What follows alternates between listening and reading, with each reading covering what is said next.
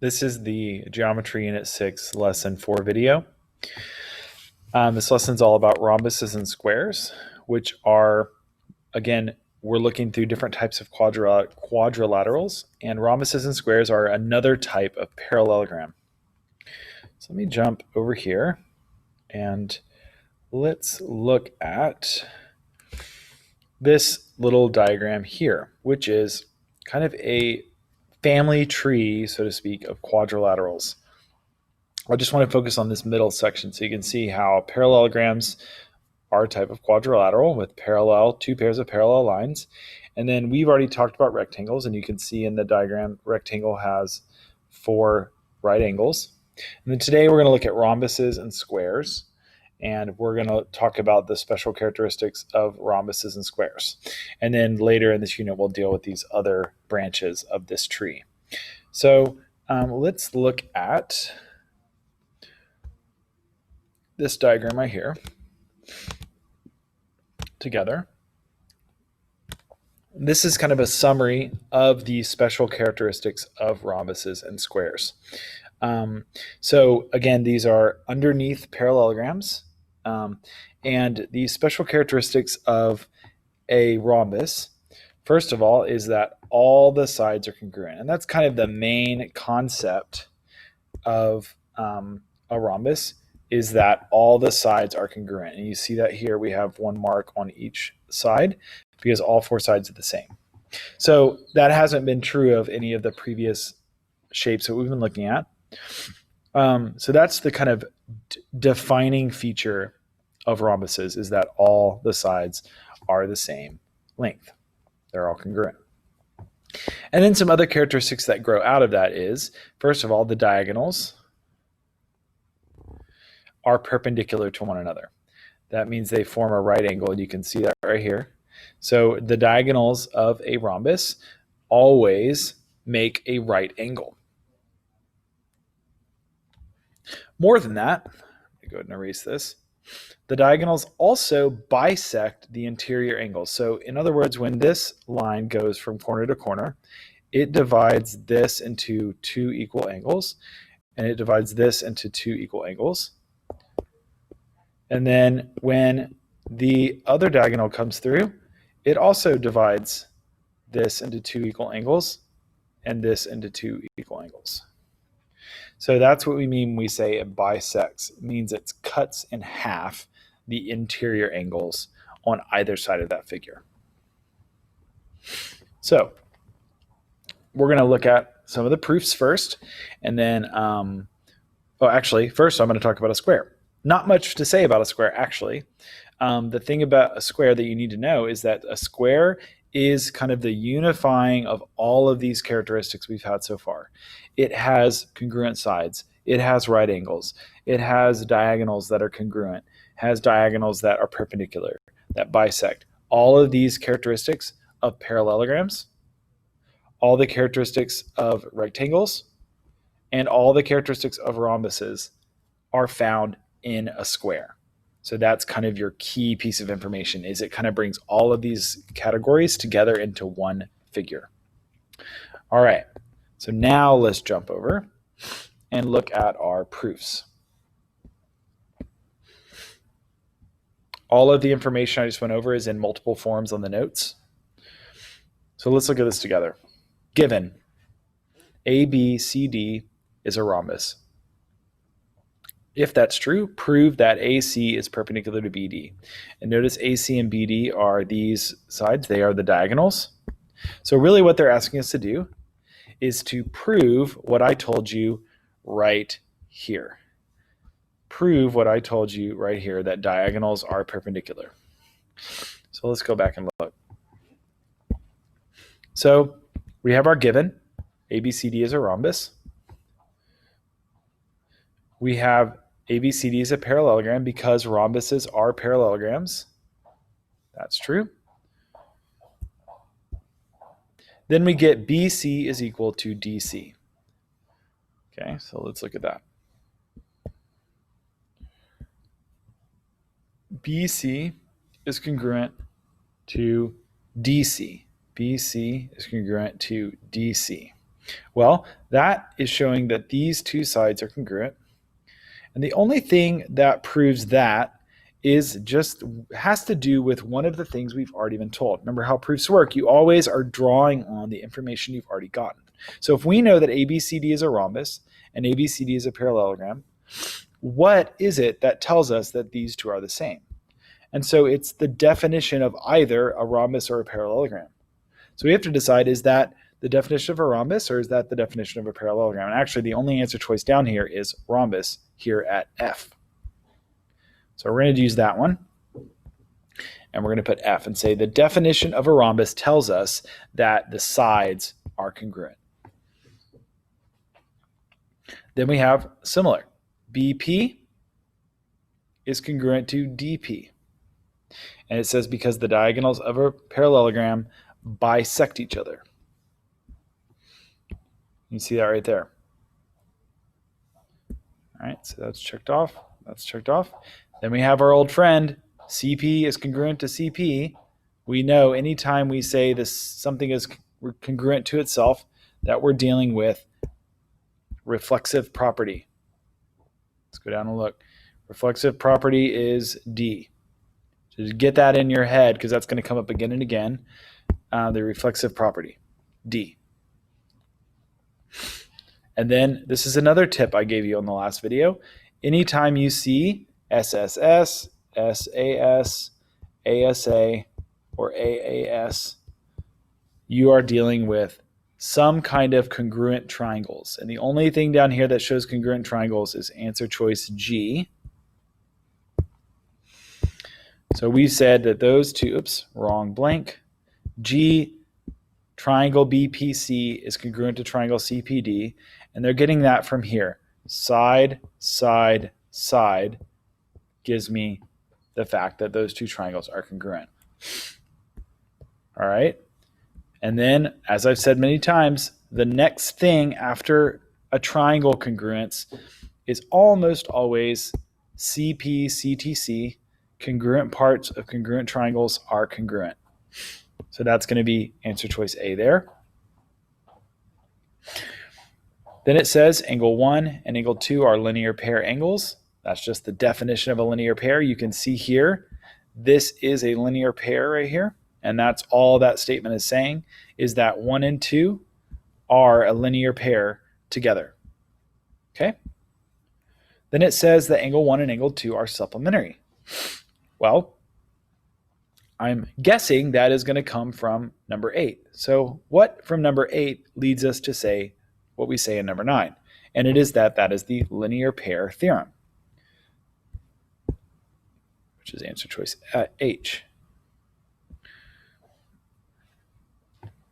A lot of times in proofs, you need to pay attention to the fact that when I prove something in one step, oftentimes the next step is where I'm using that information, which again is the next statement. Angle 1 and angle 2 are right angles, okay? Because they are congruent from number 7, and they are supplementary. That means they have to be right angles, because for you to have congruent and supplementary angles, they must be 90 degrees. And then it says that angle 1 is equal to angle 2, and that they are both equal to 90 degrees. And that's just simply the definition of right angles. Because right angles are equal to 90 degrees, and they are equal to one another. And so that is the end of that proof. We've proven that those two lines are perpendicular, and that is what we were trying to prove. All right. So let's clear that, and let's move on to our next one. All right, more of the same. This is an informal proof, but nevertheless, we have to go through all these steps. We've been given this rhombus MNOP, and we've been given the idea that these lines bisect these angles, which we talked about when we looked at the property of rhombuses. Diagonals bisect the interior angles. Let's go back over here. Let's erase all of this. So that's what we've been given. MNOP is a rhombus given. Okay. MN is congruent to MP. MN is congruent to MP. NO is congruent to OP. That is the definition of a rhombus, because those sides are all congruent. That is the definition of a rhombus. It is a quadrilateral where all four sides are the same length. Next, MO is equal to, or congruent to, and then it tells us reflexive property. And hopefully we've done this enough times for you to know that if the reflexive property is being stated, the answer here must be MO, because it has to be the same for it to be the reflexive property. Then we have MNO is congruent to triangle MPO. So that's going to be one of our triangle congruence theorems. It's going to be either side, side, side, side, angle, or angle, angle, side. So let's look at what we think it is. We see here that we have a side. This is a side. This is a side. And this is a side. So together, those are going to make side, side, side. So let me just erase that since we figured it out. So we're going to use side, side, side for that one, because those two triangles share all three side congruence. And then, of course, as you probably remember, the next one is almost always, and it is again, CP-CTC, because we're taking the fact that we know these triangles are congruent and we're applying it to the other parts of that triangle. And we're saying because those two triangles are congruent, MNO, and let's draw it another color, this one, because those are congruent, all the different angles that go together are congruent, including 1 and 4, 2 and 3. Or 1 and, yeah. And so let's go down here. 1 and 2, 3 and 4, congruent parts of congruent triangles.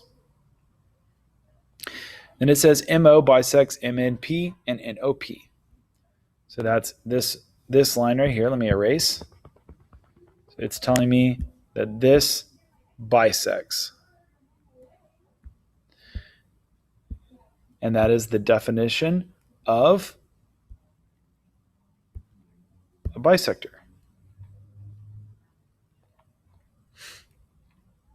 And then it says NO is congruent to NM.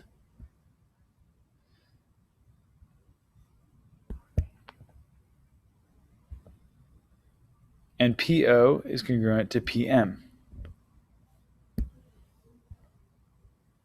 Okay. How do we know that? Well, that's again the definition of a rhombus. We've already said that up here in the second one. We're doing it again. And you see we're going through the same exact process. So we're going to use that to our advantage. We can see that when we use the reflexive property, we use the same value, the same letters as we did in the original. So NP is congruent to NP. What triangle is congruent to PMN? There's really only one option that makes sense. It's the other triangle, PON. And we could have known that by just looking at these letters, right? PM and N, it has to be PON. And if I go look up here at my triangles, I can see the two triangles I'm talking about are PMN and PON, like that. Sorry about that. It's a little weird, a little wonky. This is definitely a really tough proof. So thanks for hanging with me. After we prove a triangle is congruent, we almost always use CP-CTC. And sure enough, that's one of our answer choices. And then lastly, we're going to follow the same process we did here. This right here is the same as this. And so it's the definition of bisect. All right. That was a lot. Again, this is why we're working through these together as opposed to you guys being left on your own. So let's scroll down and see what else we got. This video is getting a little bit long, but we'll see what we can do. You've got some vocabulary in 3, 4, 5, 6, all the way down to number 11. So you'll be fine there. Then we have a short proof for number 12. I'm going to work through this one like we've been doing. But I think a lot of this you've probably hopefully getting down. They've taken us through. We have ABCD as a rhombus. This is a rhombus. We see that BC and is congruent to AD, and AB is congruent to CD. That's the definition of a rhombus. And then we get to this one, AC is congruent to AC. Anytime something's congruent to itself, we're getting the reflexive property. And there we are in our answer choice C. Then we have two triangles are congruent. I can see I had a side, and a side.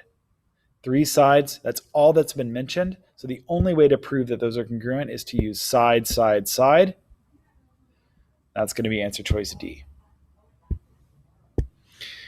Then we have CPCTC, which we've already been written in for us. And then we need to decide what two sides are parallel to each other. Because you see here, the first part of this statement says that BC is congruent to AD. I'm sorry, BC is parallel to AD. So then it only follows that the other pair of sides that we'd be looking at would be BA and CD. So we go down here and we see BA and CD, or AB and CD, which would be this one right here. So that's going to be our answer choice right there. And then that's the end of the proof. All right, let's keep moving. Next one. Again, we have our givens. WXYZ is a parallelogram, and XZ is perpendicular to WY. That's this and this. So those are perpendicular to each other, which means that this is a right angle. And we'll see part of the proof is going to be to say that. Let's go ahead and take a look. It says, sure enough, WPX, and XPY are 90-degree angles, and because that is the definition of perpendicular lines, which is what we said these were. Let's erase this right now. Then it says WPX and XPY. WPX and XPY are right angles. Well, that comes from number 3. If they're 90 degrees, then by definition of right angles, they are right angles. So that's answer choice E, definition of right angles. Then it tells us that those triangles are right triangles because that's the definition of right triangles. A right triangle is any triangle that has a right angle in it. Tried to draw one and didn't quite get it there. So a right triangle is any triangle that has a right angle in it.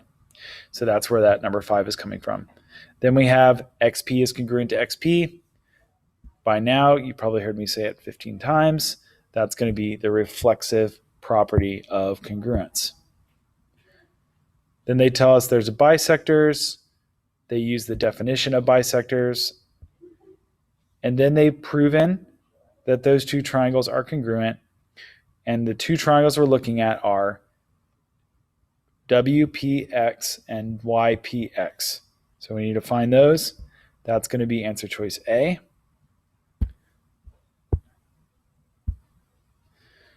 And then lastly, we need to write our final statement, which is always whatever it was we were trying to prove up here, which is that WXYZ is a rhombus, and that is answer choice F. All right, those are a lot. That was a lot of proofs. So what you're going to do after this, okay, looking at number 7 and number 15, I'm not sure why the order these questions are numbered the way they are, but either way, you're going to be proving just brief little proofs. They're not even like a whole framework. It's just like one item. So what I mean is they want you to say, like, given that ABC is a right angle, let's draw that in there. That's a right angle. And AC is congruent to BD, so that's the diagonals. The diagonals are congruent. How can you prove the things that they state below? So for instance, they say, choose the theorems that support your answer. So first, saying that this is a rectangle, ABCD is a rectangle. Well, how do I prove it's a rectangle? Well, that goes back to this first statement. ABC is a right angle. So let's find a theorem from our lists that are in your notes that says something about rectangles and right angles. Let's jump over here. Let this load. So I went ahead and loaded this up. This will be in your notes page. Let's just read through these. We're looking for one where it talks about right angles. Here we go. 6.3c. If one angle of a parallelogram is a right angle, then the parallelogram is a rectangle. So that's 6.3c, and there's that answer choice there. So that's what you need to do here. So you need to find a theorem from the lists provided that match these different statements that you've been given. So I'll just get you started on the next one. AC and BD are congruent. You need to find a theorem that talks about the diagonals being congruent. I think you can do that. So look for a theorem, and you'll notice you have a word bank. The only two options that are possible are 6.4f and 6.3d. So read those and decide which one of those is the right answer, which one matches that idea. Same thing down here. Use the information at the top and decide which of these theorems goes with these two statements. I really think you guys can handle it after having gone through all the proofs that we went through together, but use the options to your advantage. Which of these options matches the statement and what's being made there? And that's it for lesson 4.